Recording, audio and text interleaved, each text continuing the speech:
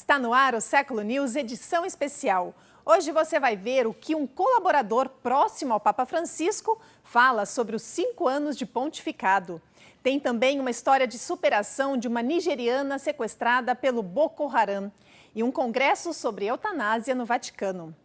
Papa Francisco tem viagem prevista para a Suíça este ano. Ele vai participar do aniversário do Conselho Mundial de Igrejas e agradecer a boa relação que a instituição tem com a Igreja Católica. O Papa Francisco vai viajar para Genebra em junho para visitar o Conselho Mundial de Igrejas, a instituição mundial mais ativa na promoção da unidade entre os cristãos. O Vaticano fez o anúncio durante essa conferência de imprensa. Nós convidamos o Papa Francisco porque é o aniversário de 70 anos do Conselho Mundial de Igrejas. É um marco em nossa história e no longo caminho percorrido nestes 70 anos. Essa relação com a Igreja Católica Romana tem se tornado a parte mais significativa dessa peregrinação. Há uma boa e grande colaboração entre a Igreja Católica e o Conselho Mundial de Igrejas. O Papa quer agradecê-los por esse trabalho conjunto e aprofundar a busca de novos caminhos no futuro. A visita acontece na quinta-feira, 21 de junho. O Papa chega em Genebra pela manhã e se reúne com funcionários do país. Embora o Santo Padre celebre uma missa para os católicos, ele quer que o momento mais importante de sua viagem seja a visita ao Conselho Mundial de Igrejas. 348. Atualmente, tem 348 igrejas que fazem parte do Conselho, a maioria delas ortodoxas, e muitas das principais igrejas protestantes e anglicanas, luteranas, reformadas, metodistas e batistas. É uma comunidade vital em termos de reunião em assembleias a cada 8 anos, mas também através do trabalho de nossos programas, onde trabalhamos para uma compreensão teológica e profunda da nossa fé cristã sobre a Igreja, mas também em missão, em atividades interreligiosas e o trabalho para promover a paz e a justiça no mundo. O tema da visita resume a ideia central do encontro: andando, rezando, trabalhando juntos.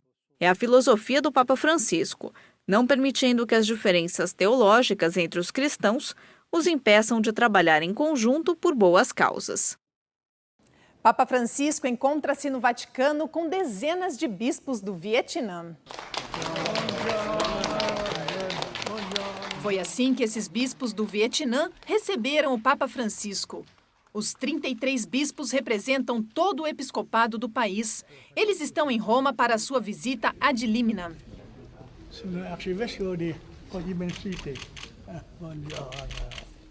O Papa esteve com eles por quase 2 horas para discutir a situação dos católicos no país. Os bispos deram ao Santo Padre uma pequena imagem da padroeira do país, Nossa Senhora de Lavang. Durante esta semana, o episcopado vietnamita realizará reuniões com os principais departamentos do Vaticano para compartilhar ideias e revisar seu trabalho.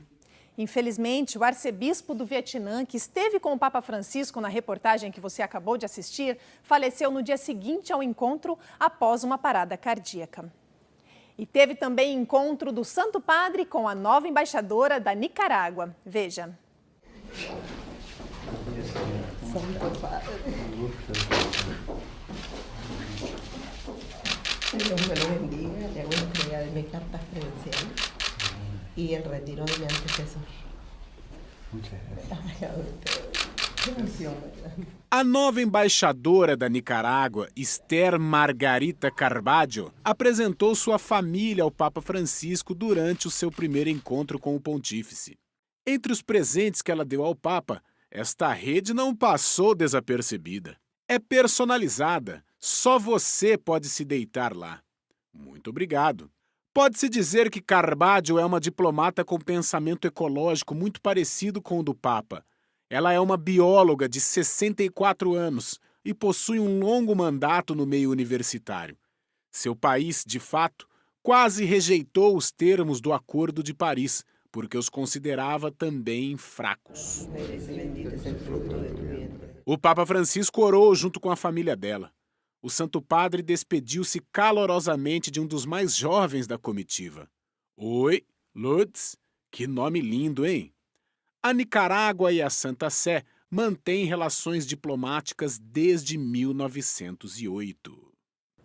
Um dos principais colaboradores do Papa Francisco diz que não devemos nos preocupar com as críticas ao Papa, pois Jesus também enfrentou muitos oponentes. No dia 13 de março, completam-se 5 anos desde que o Papa Francisco foi eleito. Para fazer um balanço do seu pontificado, falamos com um de seus colaboradores mais próximos, o cardeal de Honduras, Oscar Andrés Rodrigues Maradiaga. Este pontificado foi cheio de experiências positivas.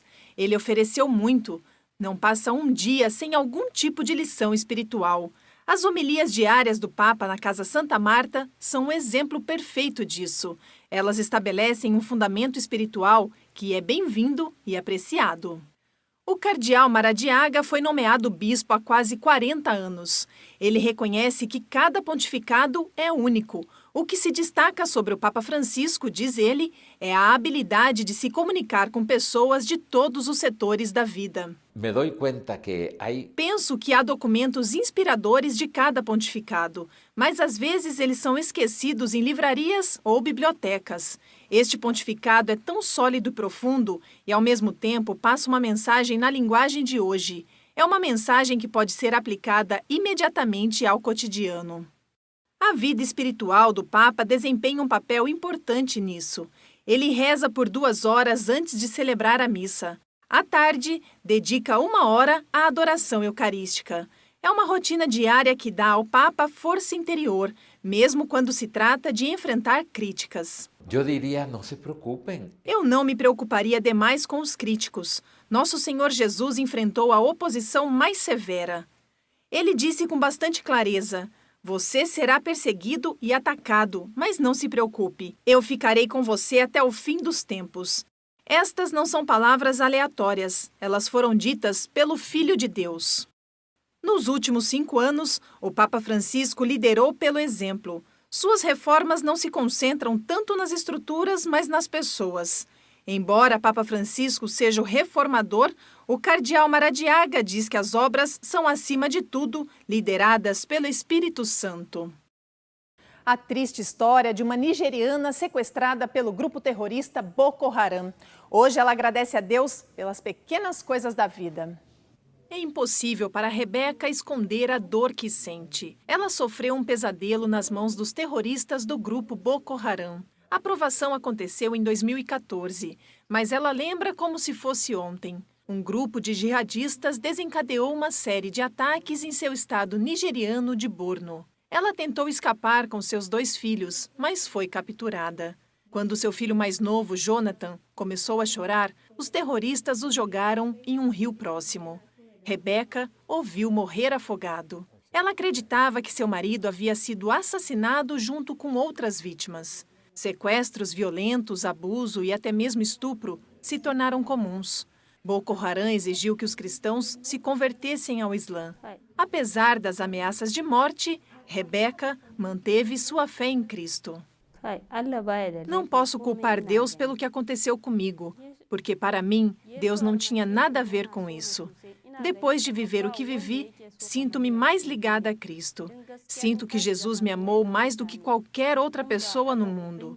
Depois de testemunhar a brutalidade de Boko Haram, todos os assassinatos e como eles torturam as pessoas, bem, somente Cristo pode te salvar disso. Rebeca foi estuprada por seus sequestradores e engravidou. Aceitar seu filho Cristóbal, uma lembrança viva do seu cativeiro, não foi tarefa fácil para ela. No começo, meu amor por ele estava bloqueado. Eu não queria ele comigo. Mas quando fui libertada, um grupo de pessoas boas me apoiou. Eles me mostraram como aceitá-lo e amá-lo. Agora ele está seguindo um caminho de fé. Rebeca e seus filhos conseguiram escapar. Aproveitaram um ataque à base militar que causou uma confusão. Foi a oportunidade de se libertar. Depois, ela descobriu que seu marido ainda estava vivo. A experiência foi horrível. Mas mesmo em meio à dor, ela perdoou seus agressores. Agora, agradece a Deus pelas pequenas coisas da vida. O sofrimento que senti quando fui sequestrada por Boko Haram foi horrível. Ninguém deveria ter que passar por isso. Mas agora que estou livre, agradeço a Deus por poder dormir, comer, beber e rezar. por poder fazer coisas boas e positivas. Rebeca estava lá quando as luzes vermelhas transformaram o Coliseu de Roma. Na verdade, ela participou do evento que deveria lançar luz sobre os cristãos perseguidos. Há inúmeras histórias como a de Rebeca, que mostram a situação de milhares de cristãos que sofrem defendendo sua fé. O Vaticano juntou especialistas de vários países para discutir a eutanásia. Veja só. É paradoxal, mas no mundo das redes sociais estamos cada vez mais sozinhos. É uma epidemia na sociedade ocidental, e se a solidão é combinada com a dor de uma doença incurável e idade avançada, o trauma pode se tornar muito difícil. Países como a Bélgica usaram este argumento para justificar a legalização da eutanásia, que é completamente rejeitada pela Igreja e por outros setores. De fato, o Vaticano está tomando outro caminho, tentando eliminar a solidão e investir em cuidados paliativos. É por isso que a Santa Sé se juntou a 400 especialistas de 38 países para compartilhar experiências e lançar esta proposta em todo o mundo. A globalização é muito tecnológica, mas não muito humana. E é por isso que eu acredito que as pessoas devem ser educadas sobre os estágios da vida, seus problemas e as relações humanas essenciais. 100% das pessoas que estão aqui vão morrer. A maioria de nós morrerá de uma doença degenerativa que vai causar considerável sofrimento físico e emocional para as nossas famílias. Nos últimos 70 e 80 anos, a medicina se concentrou na cura dessas doenças. Nossos hospitais, nossos sistemas de saúde e nossas universidades estão organizadas em torno de doenças, mas não sobre como remediar o sofrimento dessas doenças. Eduardo Bruera, da Universidade do Texas, é oncologista. Ele é um dos especialistas que vieram ao Vaticano. Bruera é especializado em cuidados paliativos e também lembra que, na realidade, poucas pessoas pedem a eutanásia. Nós fizemos uma investigação em que pedimos uma amostra da população o seguinte: se você estivesse com dor e cansado, se você estivesse desempregado, se não pudesse dirigir ou ir ver um jogo de futebol, se você não pudesse fazer todas as coisas que você faz normalmente, você ainda assim gostaria de viver? 60 a 65% das pessoas disseram não. Por outro lado, quando fizemos a mesma pergunta aos doentes, gravemente doentes, apenas 3% responderam não. Esses pacientes, 2 anos antes, estavam no restaurante onde fizemos a pesquisa. Isso mostra que podemos ver as coisas de maneira diferente quando estamos doentes.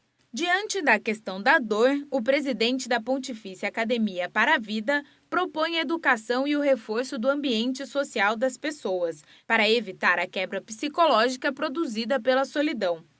Não é como se ele não tivesse exemplos. Na verdade, há um nas proximidades. A Sardenha, por exemplo, onde o Papa visitou em 2013, tem uma das maiores expectativas de vida no mundo por uma razão: relações sociais sólidas e duradouras. O mesmo não pode ser dito das grandes cidades. Por hoje é só. Sábado que vem a gente volta ao 12:30. Uma boa tarde para você e um bom fim de semana.